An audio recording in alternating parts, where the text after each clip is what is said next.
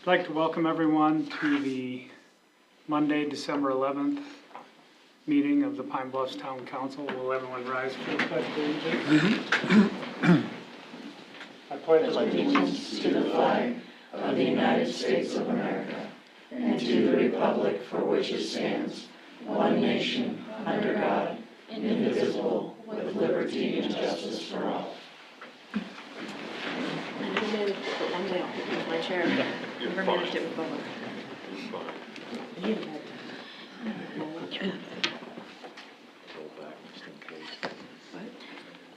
First item is the agenda.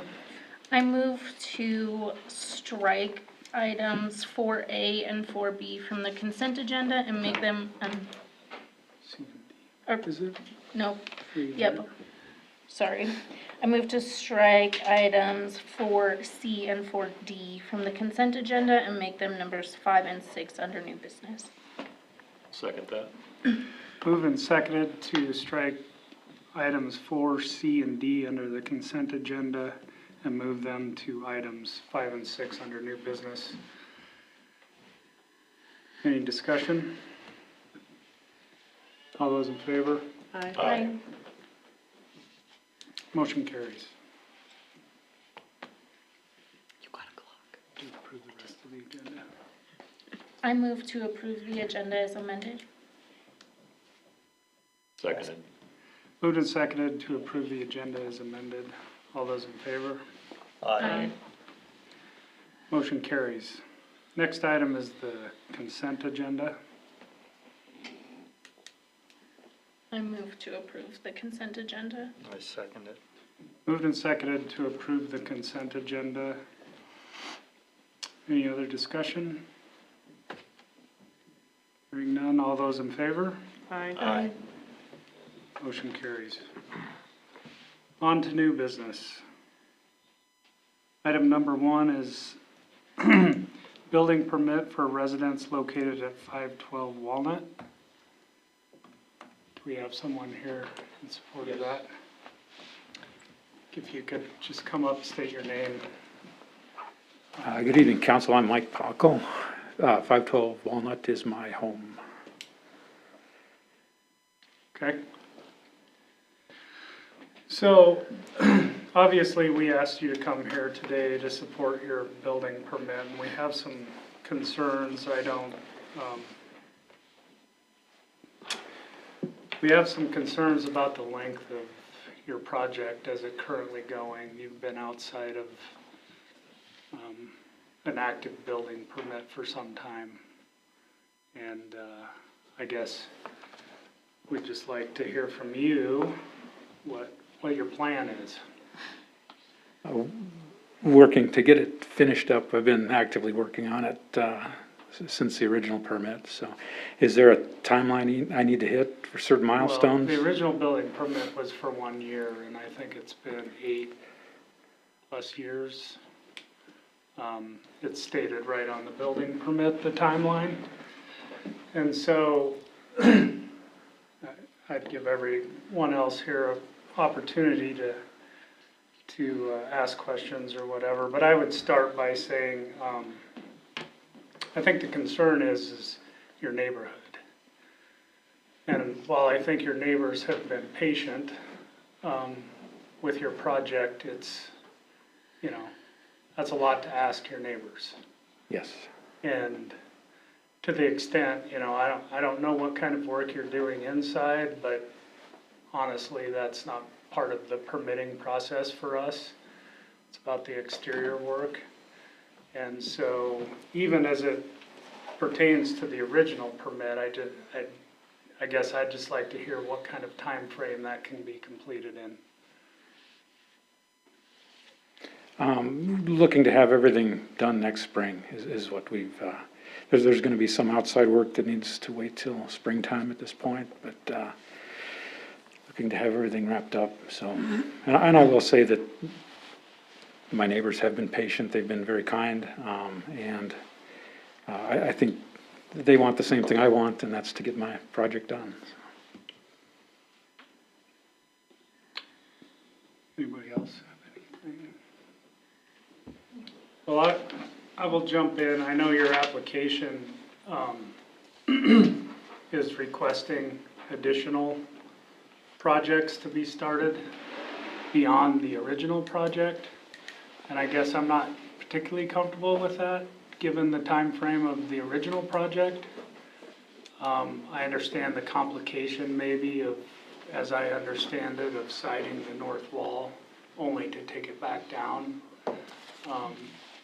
to complete your future addition. And I also understand that the pad for that has been poured outside of the original building permit. Okay. Well,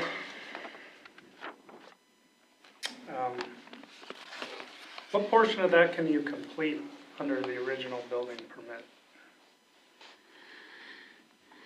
Like the two future requests, can you complete just the north side without completing the back side? Yes. Okay. Has work begun on the back side? No. Okay. Okay, so questions?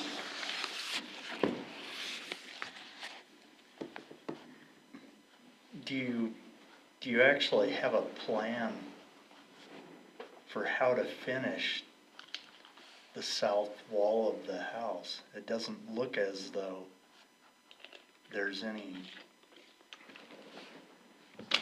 plan how to complete that. Yes, I have that. Can you draw something up and submit that to us in the future? Sure. Is there anything else I ought to provide?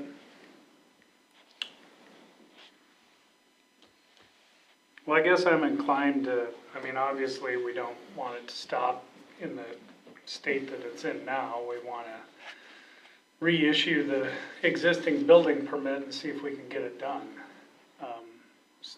I'd just like to reiterate my concern about adding additional pieces onto the original permit.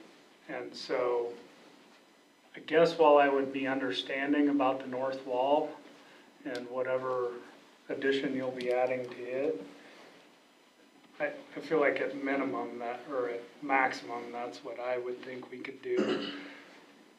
But I think I'm not in favor of adding an additional 12 months onto your permit at this point. Like, we need to see some actual progress. And I know you work on it when you have an opportunity, or, I can't speak to how often you work on it and how productive that is, but, so I don't want to make any judgments about that, but at some point, it's so far outside the intended purpose of a building permit and the time frame that I'm hesitant to, what is August maybe? I would be, and this is to the council's pleasure, but I'm in favor of putting a timeline on it that is shorter than the 12-month window. I would agree with that.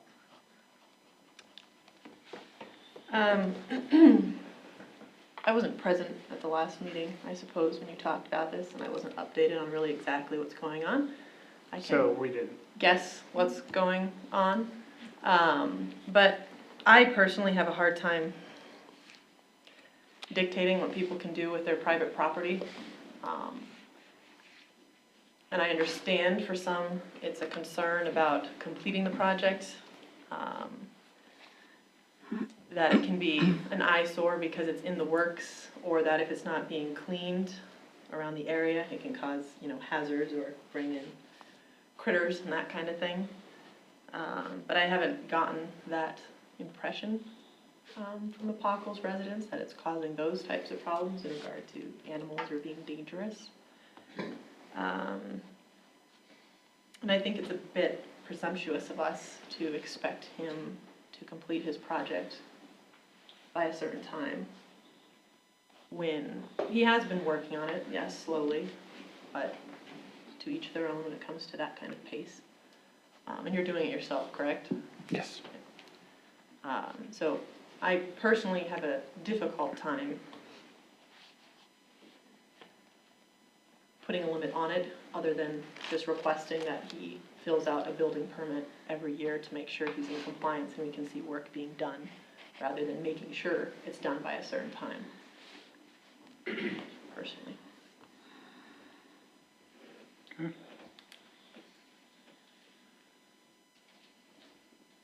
Thoughts, Dave? No, I'm not familiar enough with the project to really render an opinion on it. I can appreciate your position. I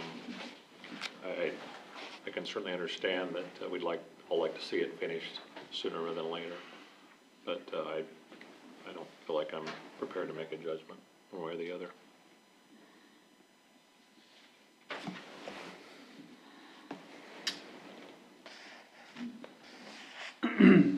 Well, in my opinion, we should at least decide on the initial permit.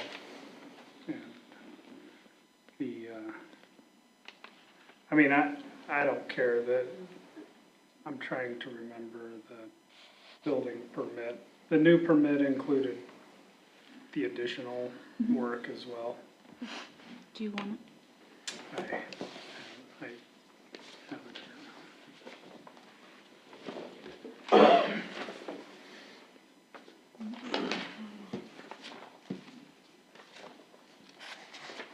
I have so many this time around.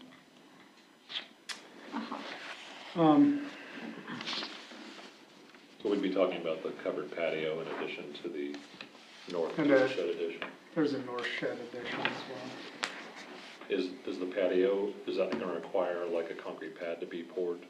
Or is Yes. that It will. Yes.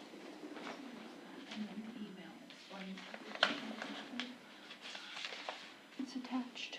That's the old one. The email's in between. It's also in your council packs on your devices.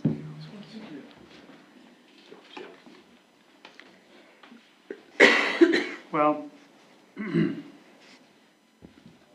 I'm happy to take a motion either way for any which way people are satisfied that it's moving forward. And I guess to Jana's point, I do understand what you're saying.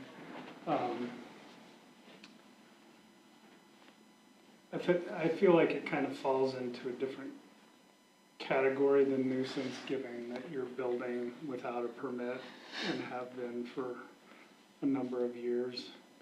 And it's outlined in there, in that time frame, with some reasonable expectation that it, continue to move forward.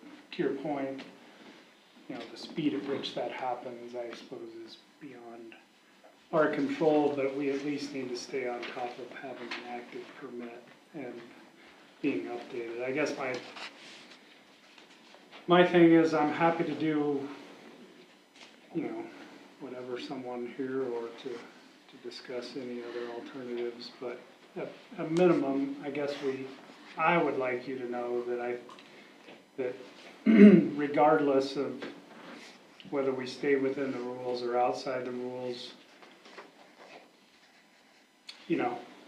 there has been, this wasn't necessarily precipitated by us. I mean, we needed to stay on top of it for sure, and we did not. But we had complaints from the area.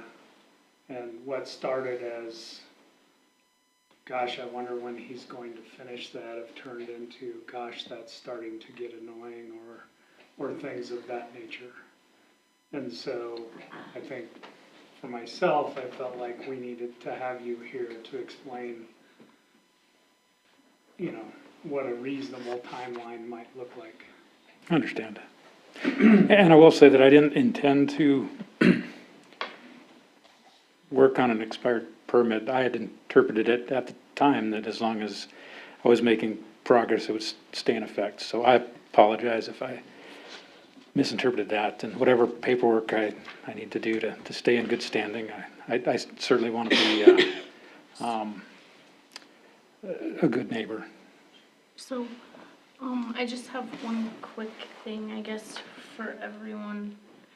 With me up here, do you think it's fair to say that, it says here that, and the permit shall remain valid for 1 year from the date of commencement?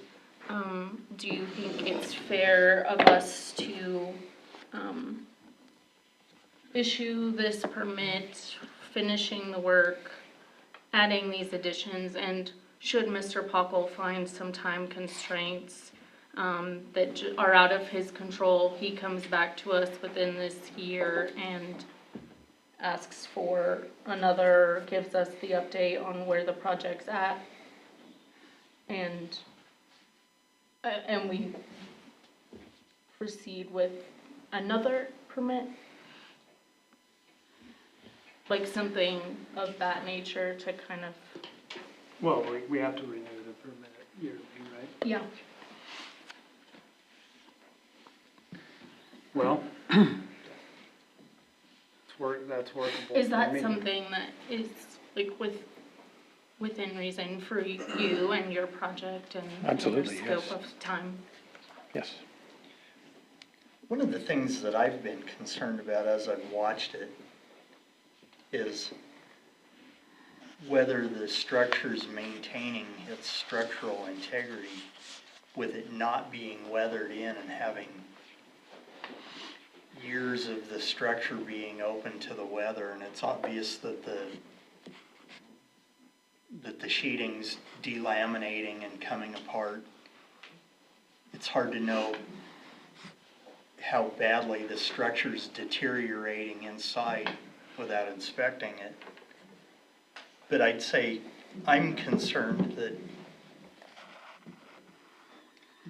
if it continues to go on without being weathered in and without some sort of protection, that it's gonna deteriorate into a point where it's not structurally sound anymore.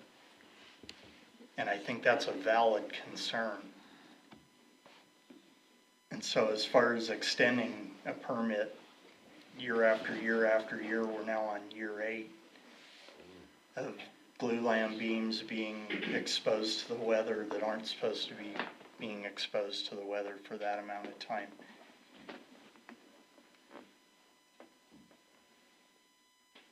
I think that I would really like to see, before issuing any further building permits, that you at least get the structure weathered in, even if that just was wrapping it with house wrap, so that it's not taking on rain and continuing to deteriorate.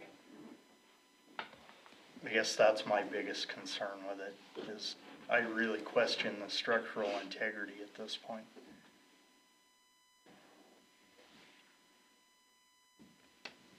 Yeah, I could do that, get everything weathered in before doing any further work, sure.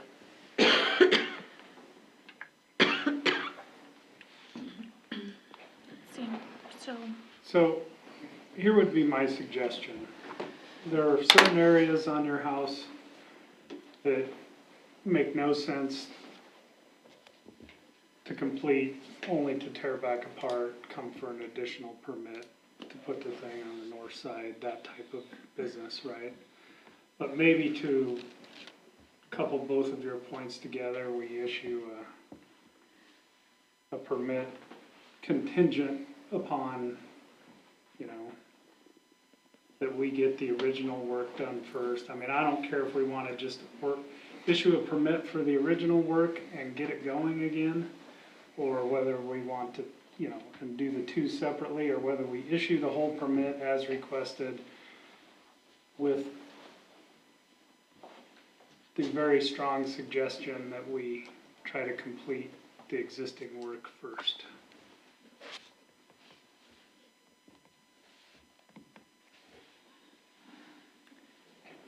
I like Dennis's suggestion to get it weathered in before continuing with any additional work, and it seems like that wouldn't be an extreme amount of duplication and excess. If you're comfortable with that contingency, I feel like we could probably move to approve the building permit as it is. I'm good with that. Me too. I suppose if you are, I am as well. I guess my real issue with this is I feel like this is something that should have been addressed a long time ago, and with how the town deals with its permits, and we've let it go on and on, so we're like punishing him for something that we should have done on our end better, or been more aware of. So I think we need to be careful with whatever stipulations and requirements that we put, because we also didn't hold up our end based on our own building permits. And perhaps that's what I Yeah, don't we like could about have, we this. could have stopped him in 2014 or whatever, 15 without a permit. Right, and We're not Not that stopped, we but just should- reached out and asked for an update, perhaps. It just seems we've let it go on very long, and if we're suddenly calling him up here to critique him on his work being done. I think there's certainly some onus on our part that we probably should have checked in sooner. And recognizing that you maybe weren't aware that the permit expired after a year, I think we're considering that. And I think that's why we're willing to approve the building permit with the contingency. I appreciate that. so I guess I would hear a motion, something to that effect. I make a motion that we approve the permit, that we visit it at least annually, and that we strongly suggest that you weather in the structure so that it doesn't continue to deteriorate prior to starting new construction. Second. It's been moved and seconded to approve the building permit as presented with the stipulations as stated. Any other discussion? Are you okay with that? That one? I think that's fair, yes. Thanks. Anything else? All those in favor? Aye. Those opposed? Motion carries. Thank you. Thank you. Item number 2 is curb, sidewalk, gutter, for 415 Main Street. Is there anyone here in support of that? So I guess my background on this is a request for not only the permit, but the financing. Which we have done some this year. We've used up a third to a half or something of our budget for that program. There's some possible, I can't get any, I can't really make sense of what he's asking for when you go, ground verify what's on the permit. Personally, I don't have a problem with anything he's doing on permit, but I think there needs to be some clarification before we decide about our program where we help with curb gutter and any of that. So I don't know if there's, I guess in my opinion, we could break those two apart. We could approve the permit and we could we've asked, but we could maybe have someone meet us over there and explain exactly what they're doing. But one issue along with that is I think for the next fiscal year, we need to figure this out. We need to have a pretty good linear foot calculation instead of just, because frankly, the bids for this job compared to the job next door appear to me to be They're They're much bigger, and there could be a lot of reasons for that, but In fairness, the bids that were submitted originally, they both, when completed, were way over the estimated bids. They were nowhere near what were presented. In fact, the one who actually went through with the financing, it was a very small portion of his was actually paid with the financing because the cost was drastically more. So, I think they ended up having to go with a different contractor than the original bid Yes. showed. yes, and both of the previous projects were way over what the original so were I given. think you bring up a good point, though. I think it's a better, like, discussion we have regardless of this particular project about what is appropriate and what our program looks like. We've went quite a while without anyone taking advantage of it, or not taking advantage, but utilizing the program, and I'm not sure the numbers we have in our mind about what it costs to fund this program are realistic, and what does that look like in terms of our budget moving forward. So, I mean, Kim, do you have anything to add to that? No, other than, again, we kind of go by previous years and it declined so much that we kind of kept at least enough in there to do probably one solid project. This year we happen to have 3 applicants, and with their original project costs, we probably could have easily have supported 2 out of the 3, if not all 3 of them, but considering their construction costs came in much higher because they did add onto their projects. And then this third one is, a corner lot, so it's a whole lot more linear footage. We're just not as prepared to fund those projects this fiscal year.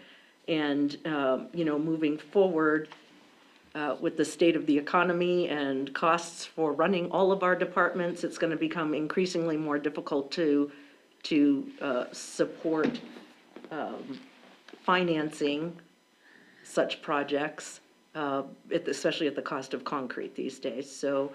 Well, I think that's to my point, that the construction costs have gotten to the point where we either need to revisit our program and see what's really practical, but I think it needs to be a conversation that's independent of this particular project, because based on the kind of requested amount, we have nowhere near that anyway. So I would suggest, like, I don't personally see anything wrong with the permit. I would suggest we approve that and deal with the rest of it in a more global sense about what we're doing. And since it was applied for, I'd like to give him some preference in that decision, regardless of what the program looks like going forward, but maybe we could revisit that part. What was the understanding that the town, what portion of the project were they gonna pick up? Do you know? Well, I think that's the other thing, is when it was used long ago for various projects, sometimes it was 100%. And it's not, we're not paying 100%, we're just paying for it and then billing them monthly on their bill, say like a 2-year split up of their bill. Like a street assessment? Like, yeah, like a street assessment type situation. Okay. But, for instance, out of the 3 building permits we had, the first one estimated his cost was going to be just under $3,200. And so that is what we agreed to finance, was that $3,180. His actual project his invoice probably came in a lot higher than that, but $3,180 is what we financed. The second person was doing the same exact project, and so originally his bid was gonna be around that same dollar amount. But then they had to switch contractors, and after switching contractors, then the second person added a lot more on to his project, which was all approved through his building permit. But his project came in closer to $10,000, but we still agreed to finance the original amount of that $3,180. He elected to not bother with that piece of the financing, he just did his own financing for the whole pot all at once. So that does leave us, you know, Actually, his was double that amount. oh, his, yeah, By the actually end, his it was, by the 20 end, it was grand. 20 grand. But at any rate, he decided to just take care of his own financing instead of using the town's program for a piece of it and other financing for another piece of it, so. With that said, we have a little over $6,000 that we could assist with financing, should this individual wanna go that route with partial town, partial something else. Otherwise, that's kind of it for our budget line item. And, you know, we could consider an amendment to the budget, but right now, I can tell you our funds are very, very tight in that area.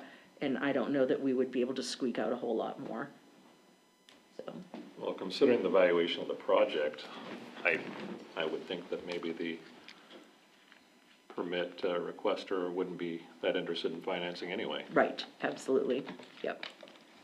So, No. but again, I do think that, especially with our next, budget cycle, we'll need to definitely entertain the idea whether we can even continue with this financing program or not, or if it makes sense to just, you know, have it out there, maybe it could be a different type of funding. Well, given what he's asked, I mean, I could even see doing that. We have a program, we have money set aside, like, in my opinion, you know, he's trying to do something good, we have a program, I don't know, we could offer the balance of what we have left to give, and whatever portion that covers is what it is, you Yeah. know? Yeah. Well, I would move that we approve the permit and offer up to the balance of what's available is in the program, and, Okay, you know. I second that. I think that's fair. It's been moved and seconded to approve the building permit and offer financing in the amount available in the program budget for the remainder of the year. Any discussion? I guess one question I would have would be, what are the chances that we could increase that amount that the town set aside during the 2024 fiscal year? Is that? we Is that can reasonable? consider that in the budget cycle, but, you know, this year we budgeted 12,000. You know, we might be able to possibly double that, but if you have a project like this that comes in at 24,000, then, you know, that would eat it all up on one project, which, you know, ironically, you know, we had 3 or 4 years where nobody applied for it, and then we had one person that got it, and then nobody for another year, and then suddenly now we have 3 folks with, you know, great projects right on Main Street, beautifying the area, and, you know, it's unfortunate that, we just don't have, Well, I'd certainly like to encourage the project based Yes. on. I would too. If we could find a way to further fund those kind of projects in the next fiscal year, I think that would be a great option to consider. sure, absolutely, and I can definitely focus on that in the next budget cycle. And just for clarification, the amount left that we could finance would be $8,820 of this, so about a third of his That's better project, than nothing. yeah. Great. Well, we have a motion and second on the floor. All those in favor? Aye. Those opposed? Motion carries. I'll jump around a little bit here, but item number 3 is the second reading of the charter ordinance, repealing ordinance 1-300.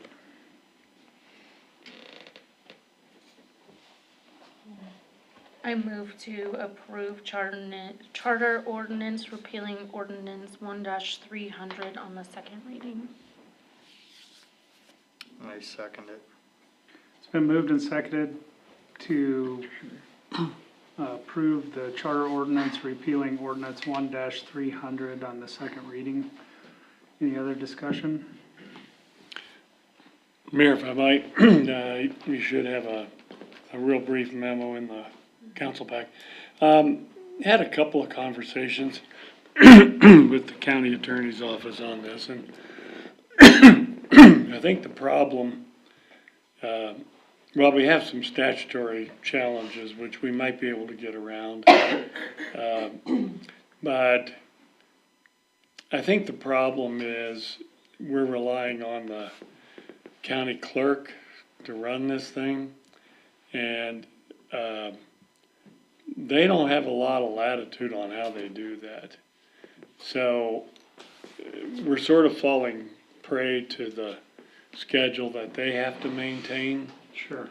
And if perchance we had 3 people running for mayor, let's say, somehow we have to pare that down to 2 per the election code.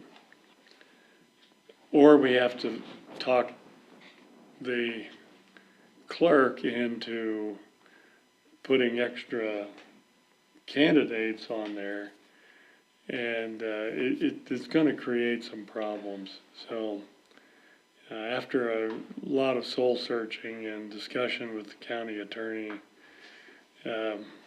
we're just leaning toward keeping ourselves in the main line of what the state election code is all about. Well, just speaking for myself, that was a kind of a holdup, but I think I'm over it. That's good. I don't know the better way to put it. Kind of is what it is. Seems like we'd be beating our head against the wall trying to figure this out, and yeah, it's just a little different time frame, and I think we've been satisfied that the cost of the election will be of what we feel like is a reasonable nature. We don't have an exact number, but it's significantly less than the number that was thrown at the wall to start with. And anything else you guys have on this issue? So that would mean then for each council seat, you can only have 2 running for each one? You can have as many run as you want, Okay. but the primary election will pare them down. Okay. Alex, is that because of space on the ballot or other It's, reasons? well, statute. Statute. And so we have to go through the brain damage of justifying whether the statutes that we are picking and choosing are such that they're not uniformly applicable to all cities and towns. I kind of went round and round with the county attorney on that, and I still believe that it's probably doable. I just don't know if this is a hill to die on when all the dust settles. Because it's making the clerk very, very nervous. And, we really need them to help us get this done. So you're recommending we don't change? You mean on the ordinance itself? Yeah, like we don't move from No, May to no, November. we're not making a recommendation one way or the other on the charter ordinance. Okay. We're just saying if we go with the charter ordinance, we looked at inputting more language, opting in and out of other statutes that would relieve us from the necessity of having a primary. Okay. And that's what we're saying. If we go with the ordinance, I don't think we probably gain a lot by cluttering it up with the other issue. So I think one of the issues, Jana, is that like it just really backs the election up. So I think we all were a little bit concerned about that, or a lot concerned one way or the other, but I think after you cycle it through a couple times, all of a sudden, people just realize that the filing date for the Pine Bluffs election is moved back to when everyone else has to file. So your filing date would be the same as City of Cheyenne and Yeah. county elections and statewide elections, and so it would actually make it more uniform, but it would certainly be different, and you would have to decide further away from the election than you currently have to decide. And then we would or would not have a primary. Yes. We have to have a primary. And the primary may very well be 3 people running for 2 council spots, and it's just, Everyone gets on everyone moves on to the general election, you know? I don't- Yeah, the way the election code is set up is you have to, the clerk has to nominate no more than twice the number of available vacancies. So for us, we'd be electing 2 council people. We'd take whatever applicants' filings were there, put them on the ballot, and the top 4 would go on to the general election. And then from there, you end up with 2. They're still staggered.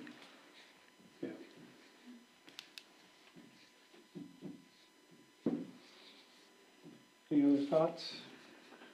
I would add just one other thing. Part of the reason, one of the, I guess, the policy reason driving that statute is to make sure that you end up with someone who has a plurality of votes. I mean, if you had 6 people running for mayor, it's easy to conceive of a situation where somebody with 28% of the vote ends up being mayor. And you'd like to have whoever that is have at least 50+%. And that, so you pare it down to Right. 2, that's gonna happen. For the council seats, you Yeah, still same- may same have way there. that, but Right. it's going to be a lot less likely that it's really small numbers, so. Yeah, you'd have 4 people and you'd be looking at, the top 2. And if some people only voted for 1, it could, get Yeah, a little. you get a surprising amount of that. Yeah, when you you do. read the results, but yeah. So, And we wouldn't have, this doesn't include, we wouldn't have to include political parties in this, there are no parties in municipal just elections. making sure. Okay. It's nonpartisan.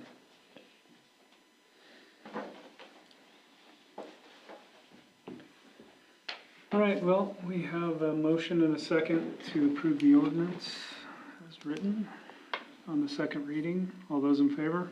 Aye. Those opposed? Motion carries. Item number 4 is new meeting time starting for January. Proposed as the second and fourth Tuesday at 6 p.m.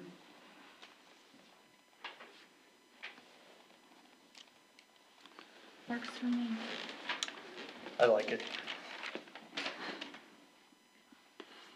We're not gonna change them again, are we? It's gonna be it kinda going forward for a bit.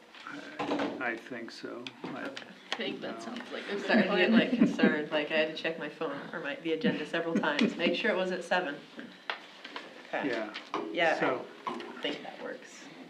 Tuesdays at 6. we do need a Sure. motion probably just to make it. I move, for the meeting times to be the second and fourth Tuesday at 6 p.m., effective the first meeting of January. I'll second it. Moved and seconded to approve the new meeting times. Any other discussion? All those in favor? Aye. Aye. Aye. Those opposed? Motion carries.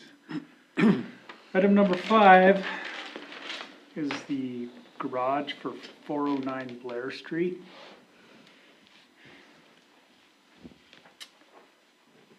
This was separated out, in the beginning based on the concern of Public Works and Lauren about, the practicality of this request and the fact that while it may meet general setback requirements, it's not specific in any way about what it looks like, and the setback requirements that it proposes to fit within. It's not clear whether there's overhangs on the building, what the building looks like. There's no,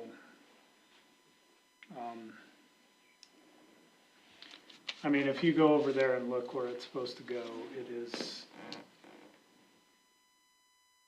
The house that's there and the house to the south overlap. inches from each other.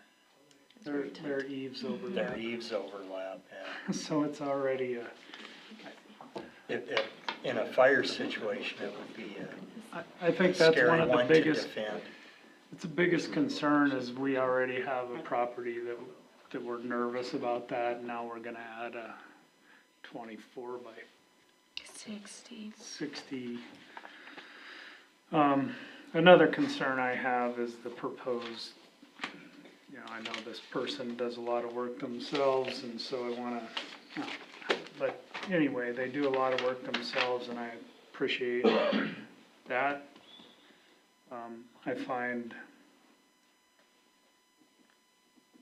I find building a 24 by 60 building that we don't know whether there's doors or whatever's in it, but 24 by 60 building for $5,000 does not pass the smell test for me. And so I'm inclined to think that we're building this building with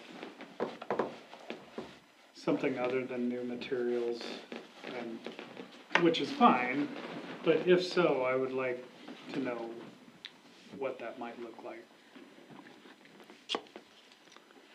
Does it meet the minimum setback to the adjoining property on the, I'm not sure, I guess it'd be on the south side? Well, as drawn, it does. That's assuming there's no overhang, but typically, even a small overhang's a foot. So I think it would need to move another foot to the north. 6 feet is I think if we did approve it, we'd do it under contingents that it met the setback requirements, even including all eaves or any other parts of the structure. Well, I mean, I because think- that's so tight in there. The idea of that fighting a fire in there is really difficult if you look at it. And Well, so, even the alley, I mean, from the drawing, it almost appears that the building 0. ends 5 feet from the alley. that's not true. Okay. It's at 1 foot from the alley, which is legal. Like, there's a 0 setback on the alley. I didn't measure from the center of the alley, so it could be, given how narrow the alley is there, it might be at 0. Doesn't there need to be some kind of approach, a setback for an approach? Well, our building permits require 0. That's a problem. I would think Yeah. if you wanted to use your garage, it would definitely be a problem. And usually what, turning in, you couldn't meet the radius. usually what that of a vehicle. entails is encroaching on your neighbor across the alley's property at some point to utilize your space. I agree. I feel like we need a little more clarification Yeah. on what this would look like. I think it's absolutely necessary, and once again, I'm not trying to hold the guy up for extra money, but if he intends to spend $5,000 on material for a 24 by 60 building, I would wanna know what that's gonna look like. And then we're to the setback issues. Right. Yeah. Is this one of those things that we could, Alex, that we could table until someone was able to have a conversation with them to clarify some of these concerns? Or until they were able to be present at a meeting and answer these concerns? We have several options. You can postpone for a definite time. You can move to grant and then it gets defeated. You can have it fail for lack of a motion, which means it's off this agenda, but it'd be around for another one. So, depends on how specific you want to be with the gentleman who's building the building. Like, if you postpone for a definite time, then it kind of puts the burden on the party that wants the building permit to provide whatever information is requisite to enable you to vote intelligently. Sure, well, I mean, I'd like to be workable, but I think we have some questions that need answered.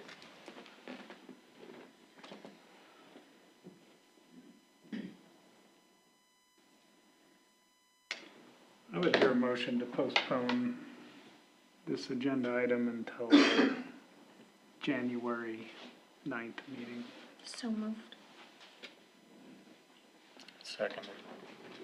Moved and seconded to postpone the agenda item until the January 9th meeting. Any discussion? And we'll reach out to them to let them know. Yep.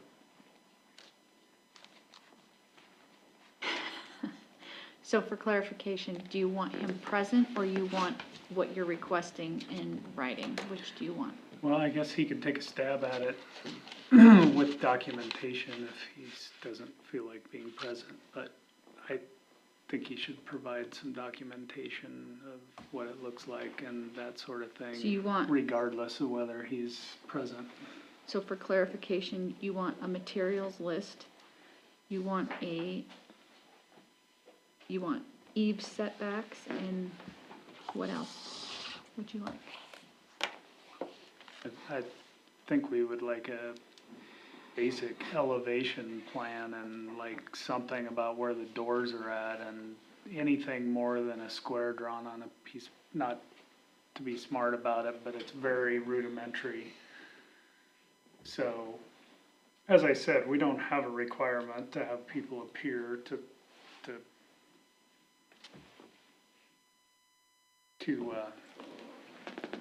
present their application for a building permit, but the more specific he can be, the less questions we might have for him.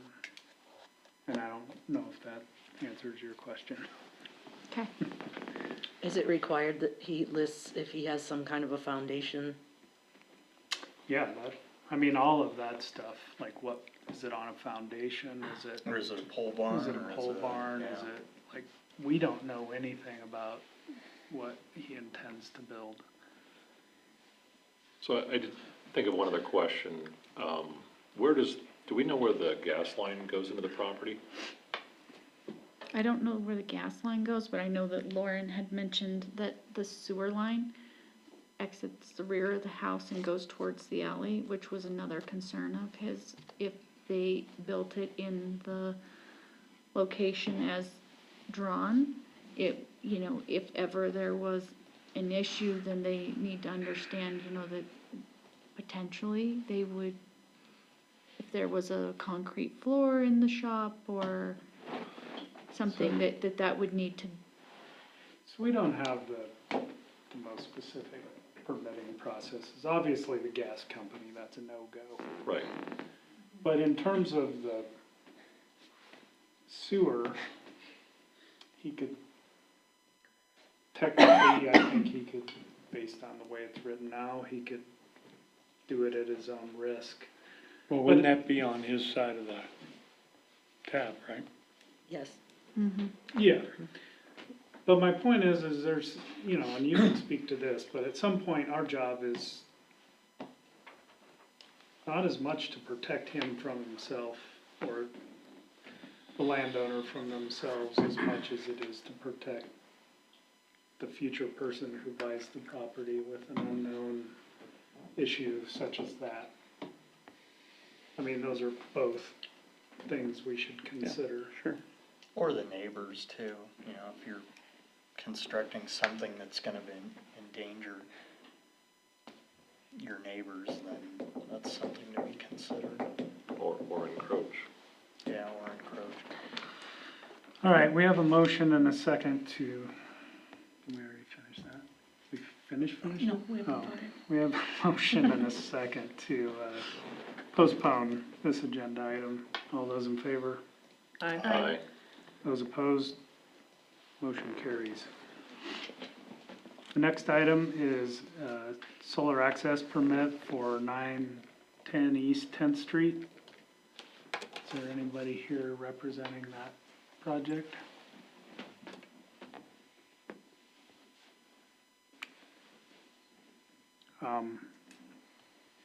I guess if they were here, the only thing I would ask is if they're completely familiar with the process and the things, and I think you guys have tried to make them aware of the current process and Yes, and that's fairly been, untested for us, Right. but we're figuring it out. yes. I looked it over pretty well, and it looks like it's engineered, Yeah, it didn't look to me like, I suppose one of the things that I would say is that we probably ought to request that they permit it with the state electrical inspector and get it, and have it There- inspected after the fact. so we Because have, that's an optional thing right now, or at least when I've built buildings, I could either get an electrical permit or not get an electrical permit, and I can either have it inspected or not have it inspected. So And in every case that I built something, I opted to permit it and have it inspected by the state. And I think that sure, on something as complex as a solar system that's potentially energizing the city lines in an outage is, I think it needs to be looked at after the fact by somebody that knows what they're yeah, looking at. so we address that in our ordinance, and I think so, and it's on our checklist that we hire a outside contractor to perform those Okay. exact Yes. inspections. My other concern also was that they were understanding about multiple meters and frankly, the cost recovery under the avoided cost calculation, just to make sure they were aware of all of that, but they've been given the information and it's plainly in there, so. Yes. Yeah, I just wanted to The make sure that safety issue is the for safety sure. of it, the anti-islanding needs to function and be tested, I would say. Cause that's potentially extremely dangerous. Yep. I will move to approve the solar permit for 910 East 10th Street. Second. It's been moved and seconded to approve the solar permit for 910 East 10th Street. Any other discussion? Hearing none, all those in favor? Aye. Aye. Those opposed? Motion carries. Moving on to visitor comments. Do we have, Yeah, here, I got some.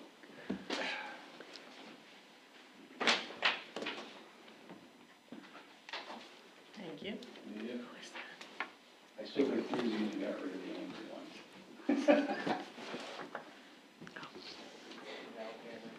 These are letters from people up by where I live on Thank you. Swan, Stetzel,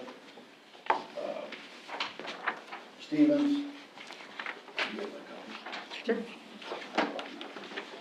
It's okay, we can get one from them.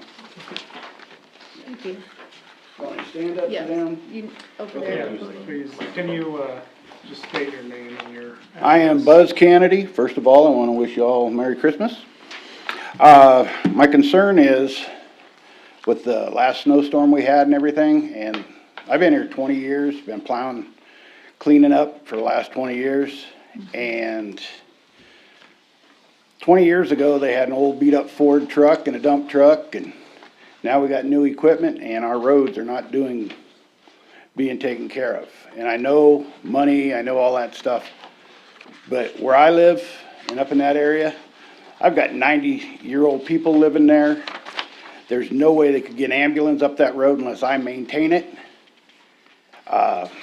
We've got handicapped people, we've got, all kinds of them that are just, that really need to be able to have accessibility. This whole town needs it. And I know employees are hard to come by, but you know what? There's a lot of old people out, not old, but people that have retired that have plowed snow for the state. Get seasonal employees, can't you?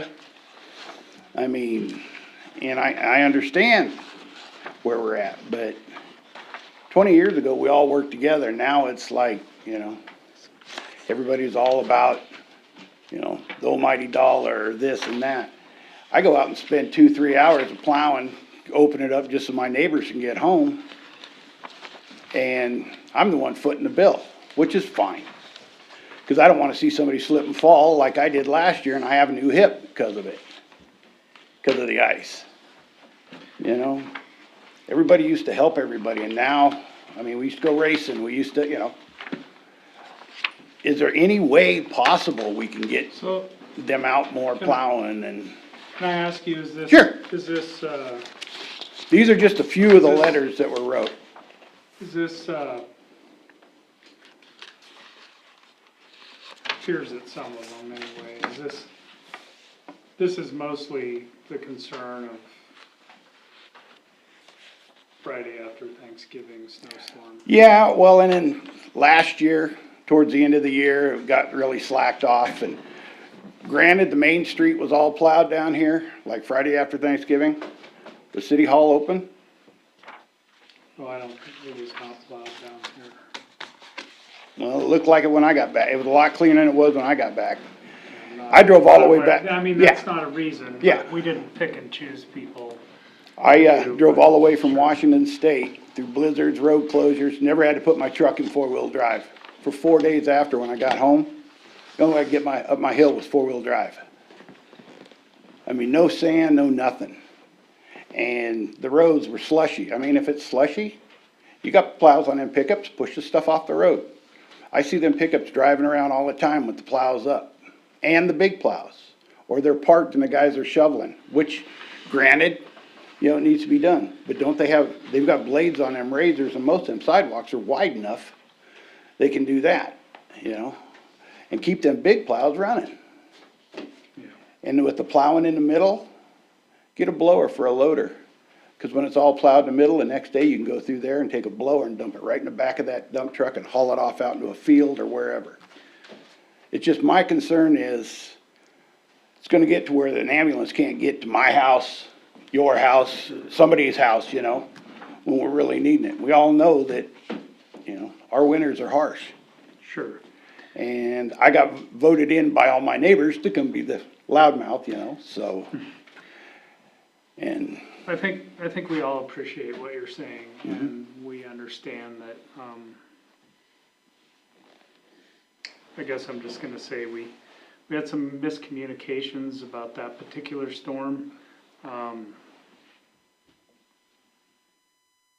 which I certainly apologize for, and I take that as my responsibility to make sure that stuff's happening. So, completely understand your concern over that storm, and I can't speak to what happened last year and Yeah. and the activities of that, but certainly this last storm was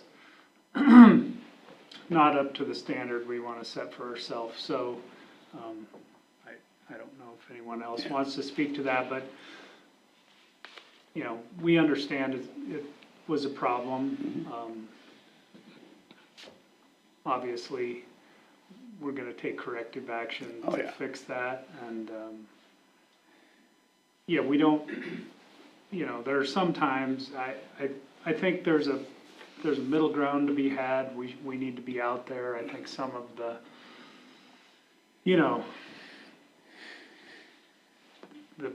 the blowing, the windrows and stuff in a perfect world, like, that's a perfect world scenario, it happens everywhere. I will once again mention that I do want you to know that I've had discussions, like, we are taking this very seriously.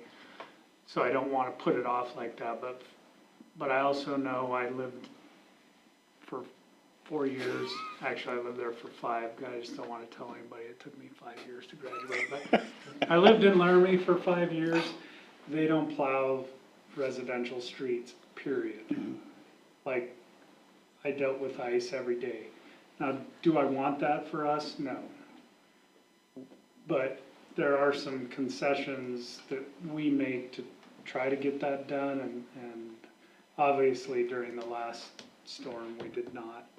We weren't proactive, and we didn't take care of that, and as I said, you can blame me, You got broad shoulders. Yeah. But I think we've had discussions, Yeah. and we're gonna work Well- on it. I appreciate you bringing it to our attention. And I try to help. I mean, I know them guys are busy. I mean, I'll clean off the fire department for them or whatever, because that's one place that I really feel needs to be cleaned, no matter how much is on there. It's all we need is somebody falling and ended up having an ambulance take them someplace,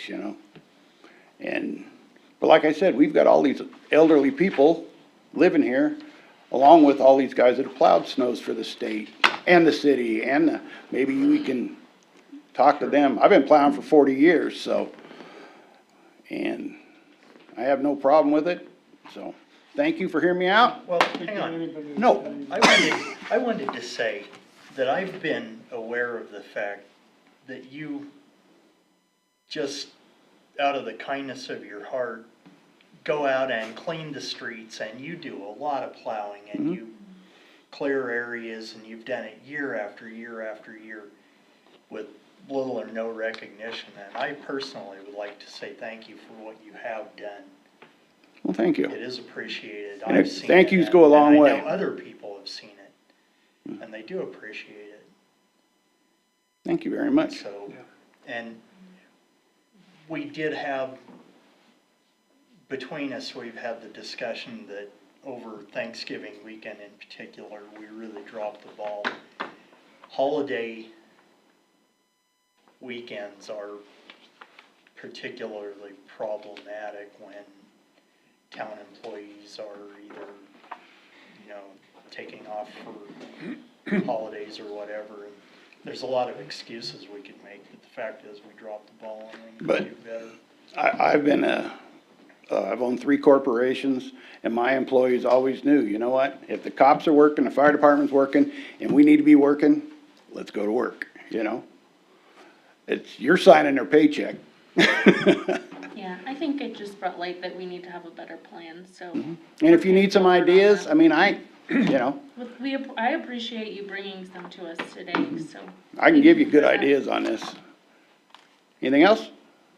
Thank you for hearing me out, and Merry Christmas. Thank you for your time.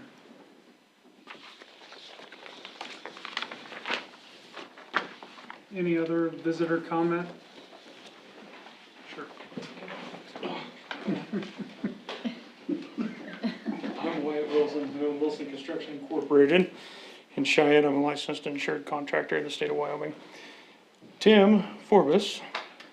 Member of your Pine Bluffs Masonic Lodge and have been for several years. I'm also a real estate broker, owner of TD Real Estate and Wild Real Estate. And currently have the building listed for sale. So we have some investors that would be interested in possibly knocking it down and building a 6-plex or an 8-plex there. We just wanted to come tonight and talk to you guys about the feasibility of that. Would the sewer that's in the street support that much more usage? Power, gas, water? Also, we noticed, we were driving around tonight and saw that the fire hydrants there, right across catty corner from that existing building. We had a short conversation with Buzz here before the meeting started about the cost prohibitiveness of trying to fix that existing building. I know it was built in 1900, and it's kind of historic here, but the only way to look at it is it's an eyesore. So anyway, I just wanted to see what the permitting process looks like here in Pine Bluffs. I've built a lot in Laramie County and in Cheyenne. Which property are you talking about? The Masonic Lodge at the corner of Main and Fourth. Okay, I have, big white building. yeah, big white building Speckled with gray with Yeah. lack of paint. and rot and some mold. I don't have enough for everybody, but I can We can share. anybody that's interested in looking at my pictures.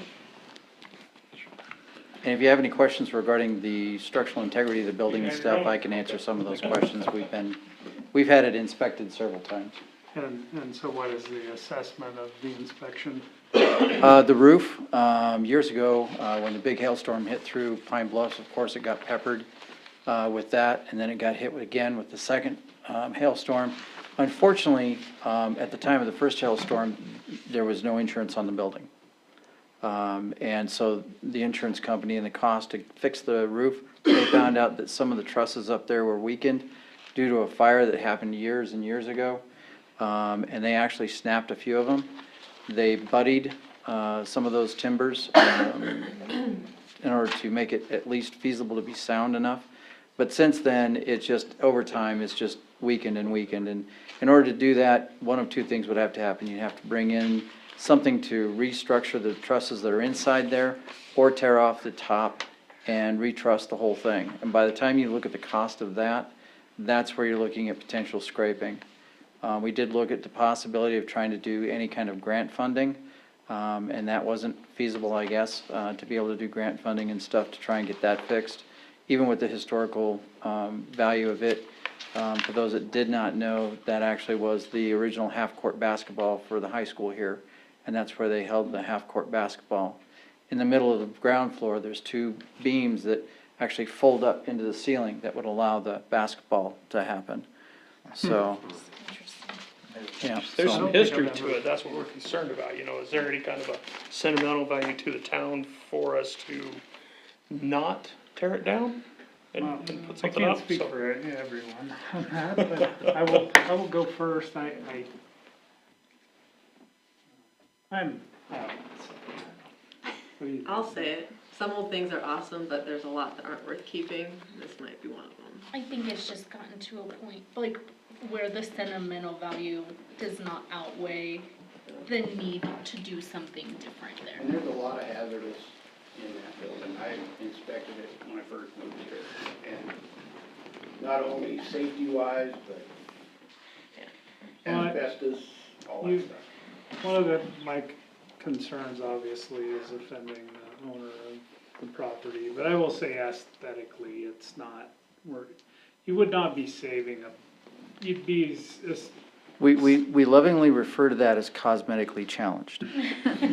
like, even if it had perfect paint and the roof was perfect, aesthetically, there's not much going on there, so, but certainly, you know, I mean, it's a rectangle. The membership was completely torn. It's got a lot of history with its Sure. membership here. I was here when we put the cornerstone here on this building. So, you know, there's a lot of history that has to do with the Masons here in town, and looking after, you know, the ladies, you know, the widows, delivering the baskets and stuff for them, and everything that we've done. We've combined with Burns because our membership has just dwindled down small enough. We had 4 of our members pass away in the last 2 years that took our attendance membership down to, you know, not enough to have an open meeting. With that, and we're looking at the building cost to repair, where I come from, that's a donation.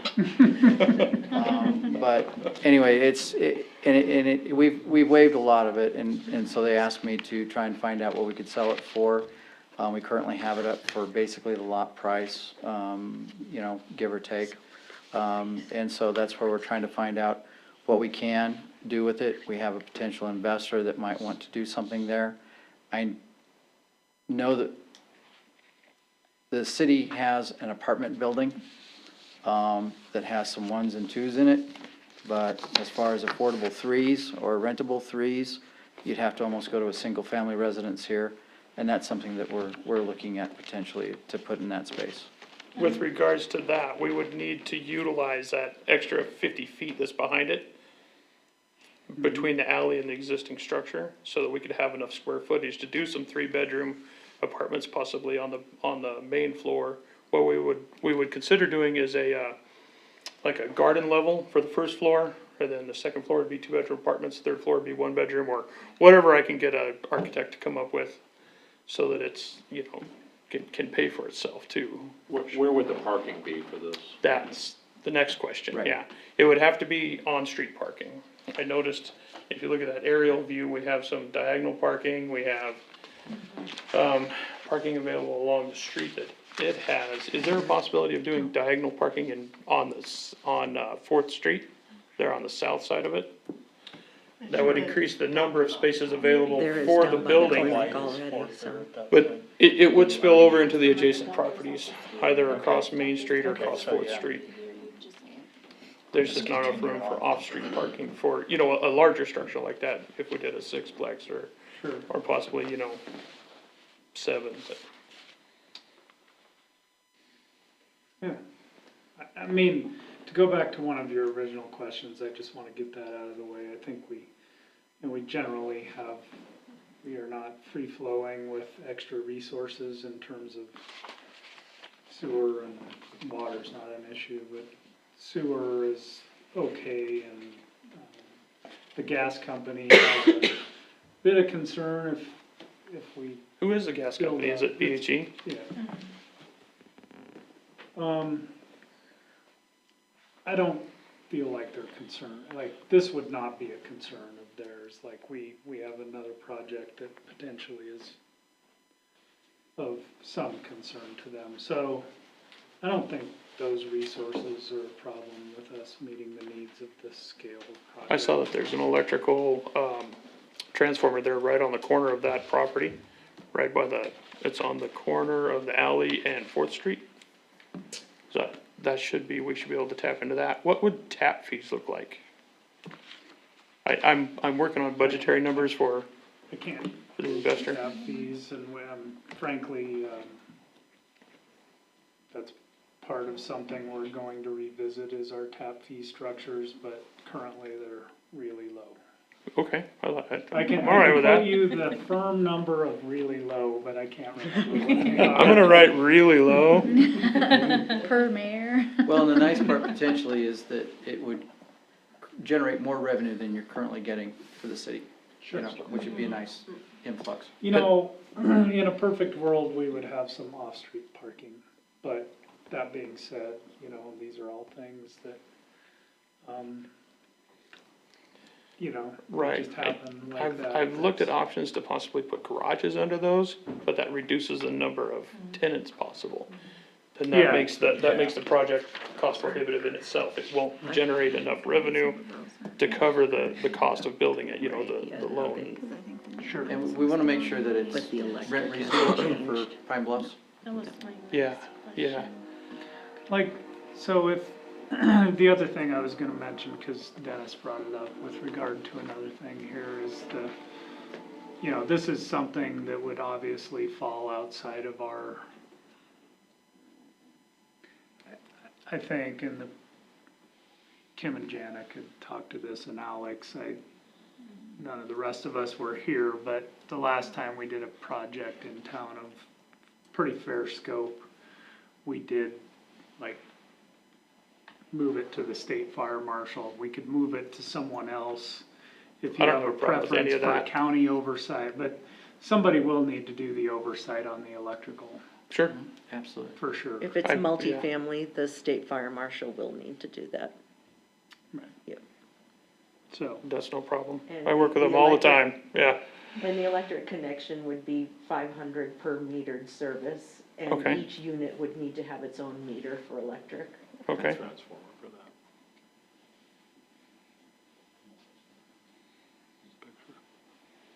That's today's rate. Tomorrow? Get your building permitted. Yeah, get it in. Yeah. It'll take me a minute to put all I mean, this I'm not together, of to course, put you yeah. on the And what, the spot. water tap's existing, so you don't have that, right? Well, there's Unless a, it's enlarged. How yeah, does that we work? might Depends on have the to size. enlarge it, you know, to accommodate the number of, Okay, yeah. of, Yeah, absolutely, Units, yeah. units, yeah. yeah. And would you have each unit metered separately for water? If that's the way you wanted it, yeah. Right, That would make the most sense. yeah. What we love is for the landlord to pay for everything, Oh, well. because then we only deal with one person. I understand that the 2023 curb and gutter budget has been spent, so Yeah. I like the doubling of the 2024 budget. So what, like, I know you're just in the early stages, but Yeah. what would you conceive as a timeline for such a project in terms of, like, even beginning construction or beginning? So teardown beginning or- construction, if everything went just really good, I could probably start it, say, April or May, possibly, and then finish it in a year. That's a pretty good sized project. Yeah, about a year. I think this looks like something we've all talked about needing in. Yeah, I was gonna say- So- Is there a need for housing? I mean, you guys, Oh, there- absolutely, yeah. there's a need for housing here. And give you my background, Yeah, New very much housing. so. our company manages some 1,200 rental properties, and we've got an office in Laramie and Torrington, and we operate this whole entire southeast area from Kimball over. And so we generally have an idea of what's been going on with Pine Bluffs. Like I said, I know you've got one, and to find somebody that wants to rent here, especially when we had the wind farm project coming through, and now we've got the base overhaul, and people looking for affordable housing, they don't wanna live in the city, they wanna live in a smaller community. Burns and Pine Bluffs both struggle quite a bit with having that available. Yeah. Are you aware of our north property? Sort of. What, yeah, this, out here somewhere? Yeah. Yeah. Here? Hang around after the meeting, we'll visit. I love the idea. Yeah, I okay. appreciate you bringing us such detail here as the conceptual drawings. I guess my only concern is the parking aspect, and if we were to encroach and start angle parking on the opposite side of the street. Yeah, I don't wanna cause any problems with neighbors, you know, I mean, but ultimately, it's gonna be an additional 6 to 12 cars max, you know, and if we do one-bedroom apartments, it'll reduce that number. Right, I don't see that we have the parking spots there to support that, so I think you're gonna have people Well, parking if we did on 1, 2, Main 3, Street 4, 5, or 6, and then 1, 2, across 3, the 4, 5, street 6, to Right. on Fourth. 7, 8, Yeah. 9, 10. On That'd be meeting my nights, only we concern. generally used to have, when we were full and busy, we would angle park on Fourth, that's what you did. Right. And there was generally about 10 to 12 park spots over there, that, if I remember right, between the two. And we are angle parking in front of the clinic, it's just not, you know, it's day use. not- Right, yeah, it's not 24/7, somebody might be there 24/7. They'll probably, you know, leave during work and come home in the evening, or vice versa, if they work the night shift, whatever. So there'll be, you know, rotation there, it's not gonna be like they're there all the time. The potential benefit is Mixes Wellwood considering. Yeah, some possibilities. Is this really shaky? As far as setbacks, you know, we were listening to Then the this is all setback by the discussion town? about the garage. Oh. Do you have a website that has all these requirements on it, or? We do. Yes. But just Okay. getting, yeah, the commercial setbacks are pretty small. Like, Okay. You can, well, it's a corner lot, so that gets a little goofy. I'm not sure. Well, we wouldn't put it any closer to the street than it is now. The only setback that I was concerned with would be the alleyway. Or if you were going to impose new setbacks and not allow me to be grandfathered in with where the No, I foundation don't exists think now. that- I wouldn't think there's any intention of that.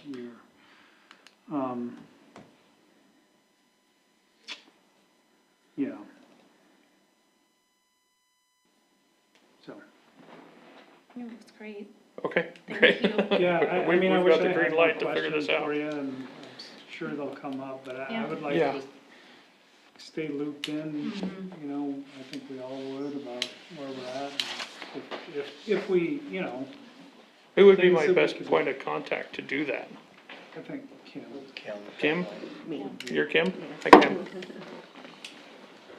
And I have your email, so I'll just forward it to her. Are and you then she can- Jackie? Yeah, I'm Jackie. Nice so to meet you, I'm- Jackie. nice to meet you. Where's Renee? Do I get to meet Renee? a better point of contact than I am. Either is fine. I can always get your emails to Kim as well too, but I can, Okay. I'll send her yours that you sent me earlier I'm today. like, what do you Okay. guys think? Do I get to meet Renee? Is she here? She's not here. No? Okay. No. She'll be I, back. I actually met her. Oh, I take flying lessons from out here at your airport. Oh. That's a very nice facility. I like it. oh, good. You Thank taking them you. from Doug, or you taking them from Nathan, Nathan? yeah. Yeah, I had been taking them at Wings of Wyoming and they sold their school and it got to be a nightmare trying to, Yeah. you know, get an instructor Actually, playing the weather and my schedule. That airport's nice to It is, do it is that very anyway. nice, yeah. If you can learn to land there, you can land anywhere. Yeah, pretty much. Thank you. Thank you Right, guys very much. And also to Kim's point, like, you don't have to stick around till after the meeting. Oh. But certainly we would entertain a conversation, whether it's today or about some alternatives we could, maybe, if you come up with alternatives or we do, we have a lot more property and may be willing to Okay.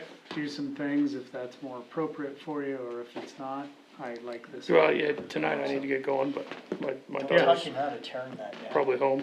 Well, Yeah, at one point, I was in conversation with some folks out here, out around the statue, around the property that was out there and stuff, so great. love to discuss it.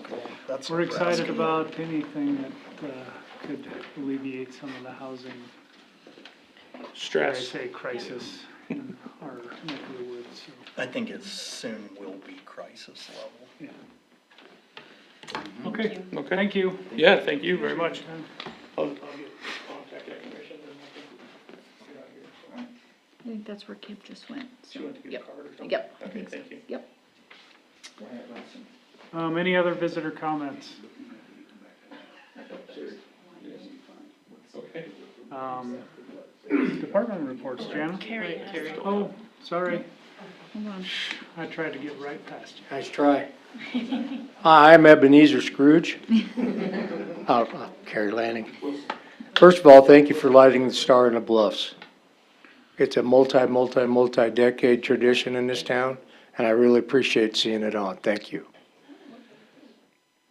The second point is I'm here to seek answers to what possibly caused, a few days after the first meeting in November, that disgusting amount of chlorine that was in our drinking water.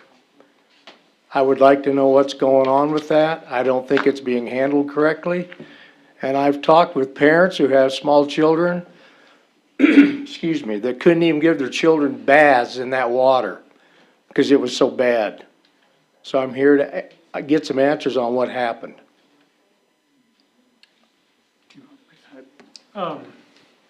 Yeah, to be clear, the chlorine injection site malfunctioned. Obviously pumped too much chlorine into the system. So when the problem was discovered and probably the corrective action we ended up with maybe could have been timelined a little better, but we did take corrective action. We monitored 8 sites probably around town for the levels, and surprisingly, you know, they're all over the board. So our first corrective action was to shut the thing off. It's tied to our central SCADA system that runs that injector. We don't really know for sure why the injector failed, but it failed to the wide open side instead of failing to the no chlorine side. We have since replaced the pump on that unit, reconnected it, I guess, instituted a vigorous monitoring plan about the chlorine levels in our tanks, to keep a better eye on it. To be clear, we never found and I'm not downplaying how much chlorine was out there. We never got a reading that was outside the parameters, the allowable parameters. We have all of that data, it's recorded, I'm sure. I don't know what form it's in. That can be provided if somebody requests those records. But, they were significantly higher than anyone would have liked. That being said, we took the action, we shut it down, we tried to let the system clean out. We opened Open the fire that hydrants probably and flushed it. maybe took a couple extra days, and in the future, if any, God forbid, we don't want it to happen, but if it happened again, we would get after that sooner. But we opened hydrants all around town to try to flush the system and get the water that was already in the system out. And so, I mean, that's kind of what I know, and we spent the week monitoring the injection site in addition to all of those points of measurement around town, and until we got to a level that was back to where it should have been, or where, we have a lot of leeway in that area given to us by the EPA in terms of what those levels can be. We certainly would like to run close to the low end of that for water taste issues, but Where's the chlorine injection done at? it's done on the way into the tanks. So as the water goes up the hill before it goes into the tanks, the chlorine is injected and then the water fills the tanks. Okay, when I was employed at Coastal Chem, which is now whatever it is out on Alder Road west of Cheyenne, I was in charge of the chlorine injection system for their water, for their cooling towers. And this was not this was not drinking water. This was to keep bugs out of the system, because recycled water will grow bugs. And that's why it was put in. The system was set up so if there's any problems with the system, everything would fail to the closed position, not to the wide open position. And we had inspections quarterly by DEQ and EPA to make sure that that was done correctly. And if it wasn't being done correctly, it's a $10,000 per incident fine to make sure it was corrected and prove to them that it was being taken care of correctly. I guess I don't understand how it failed wide open. If it's being done correctly, it should have failed closed for the residents of town, and not to have a massive amount of chlorine dumped into the drinking water. So that's all I had to I mean, say. I understand what you're saying, I don't have the knowledge to speak to the way the system is designed, but certainly I'm not gonna tell you we're fixing that part of it. We put it back together the way it was and the way it was designed.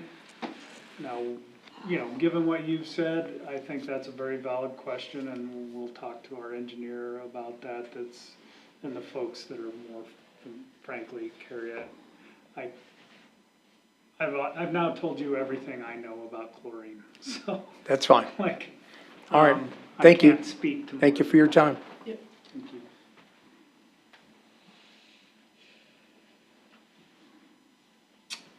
Anyone else? Yeah, I have nothing.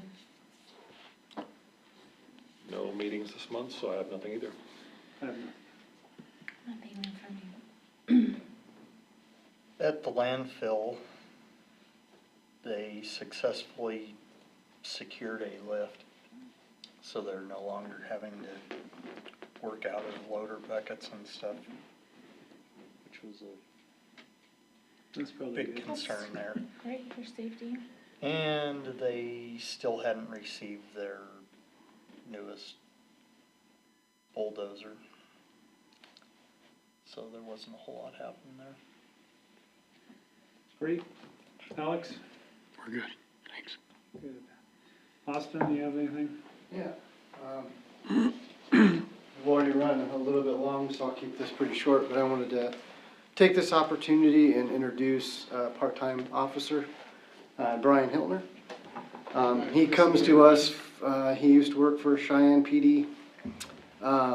He stopped working for them and went to banker's hours, literally. Worked for Blue in Cheyenne. He got tired of not being in law enforcement and decided to reach us out and ask about working part-time. And everybody that I've talked to said he's a horrible, mean guy and that we should never hire him. So before coming to Wyoming, he was a lieutenant of a large correctional facility in Pennsylvania? Yep. I knew that's right. You can come up here so Pennsylvania. we can So, yeah, grill if you. you guys have any questions for him, You know how to drive a snowplow? he's the guy. I don't. Maybe a cruiser. My name's Brian. I just want to say hi. Thank you for taking the time to get to know me. It's nice to meet the council. I've heard so many names, and it's nice to put faces to the names. You know, from where I met you, it's nice. Ms. Kim, I've been asking about you.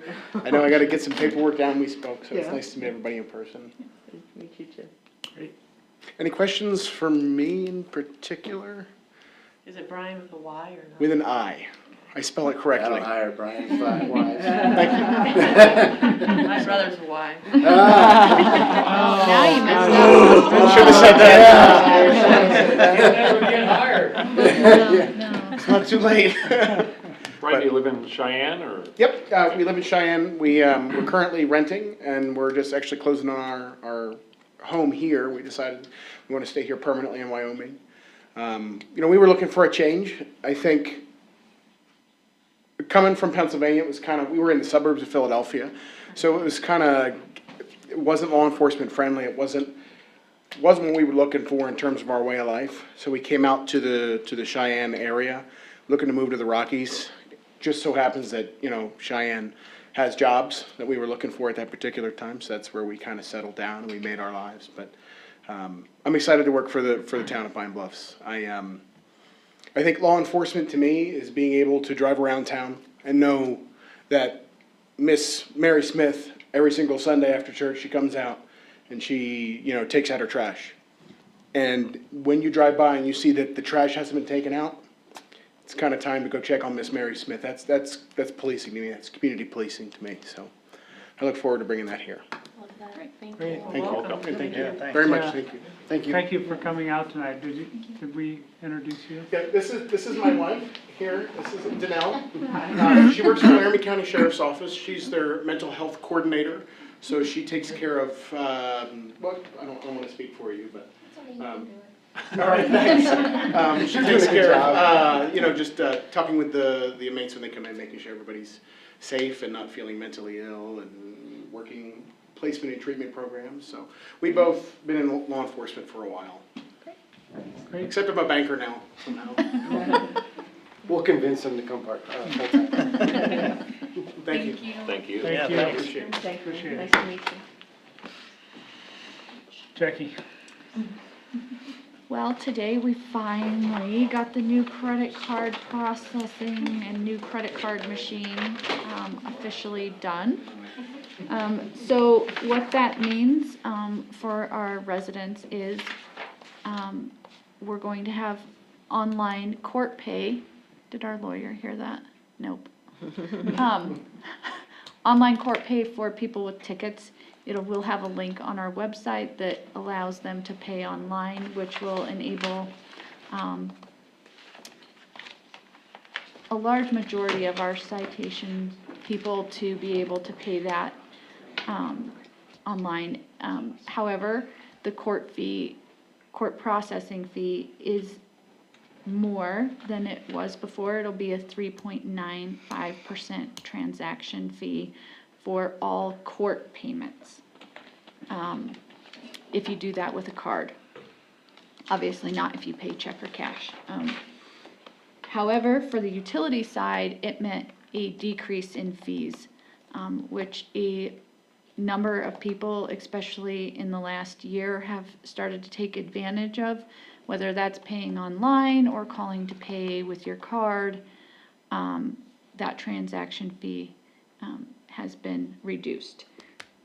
So we will also have another option available, so you'd still pay online, everything still should stay the same. If for some reason today you had a auto payment set up with our credit card processor and there was a glitch in your payment, you can let us know, but there shouldn't have been. Famous last words, shouldn't have been any noticeable changes to anyone's auto payment. That's what we're gonna go with. We will also have an IVR payment number, which means that when you call to pay your utility bill, we will no longer be taking your card over the phone. We can either transfer your number to the extension, or we're gonna make that number available and you can just directly call that number, and it's all automated. That is for security, for our customers. It's, so that, you know, it's available 24/7, 365, even if we're not open, that option is still available to call and pay your bill for convenience.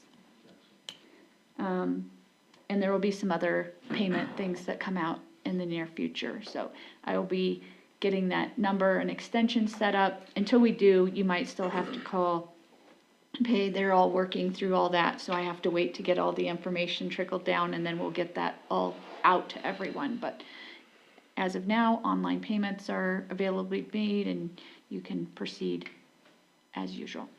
So Great. that's all I have. Kim? I am currently working on BRIC grant applications for our stormwater master plan that was submitted. Well, not for projects suggested in the stormwater master plan. Right now, I'm trying to crunch numbers to see which projects we could fulfill with budget for next fiscal year, as far as a match goes. Also working with the electric engineers to kind of revive our project to make updates to our reclosers at the substation. We want to make sure that's done before we start construction out on the north property. So our meeting for that is going to be the week of January 8th. Also working with our engineers to update our utility master plan as far as our projected projects over the next 5 years, since our last plan was updated in 2018, and so that's coming to a wrap, and we'll be starting on a new set of projects with the new plan. Great. Anything else anyone wants to add? Thank you. Announcements and meetings. Yay, so we finally have meeting dates and times. So next meeting, January 9th at 6 p.m. because we will not be doing a second meeting due to the Christmas season. So January 9th at 6 p.m. And then we will go from there. That's the plan. Very good. Oh, and we'll be closed on Christmas Day, which is Monday, right? Yes, Monday. Great. Move to adjourn. Second. Moved and seconded to adjourn. All those in favor? Aye. Thank you, everyone.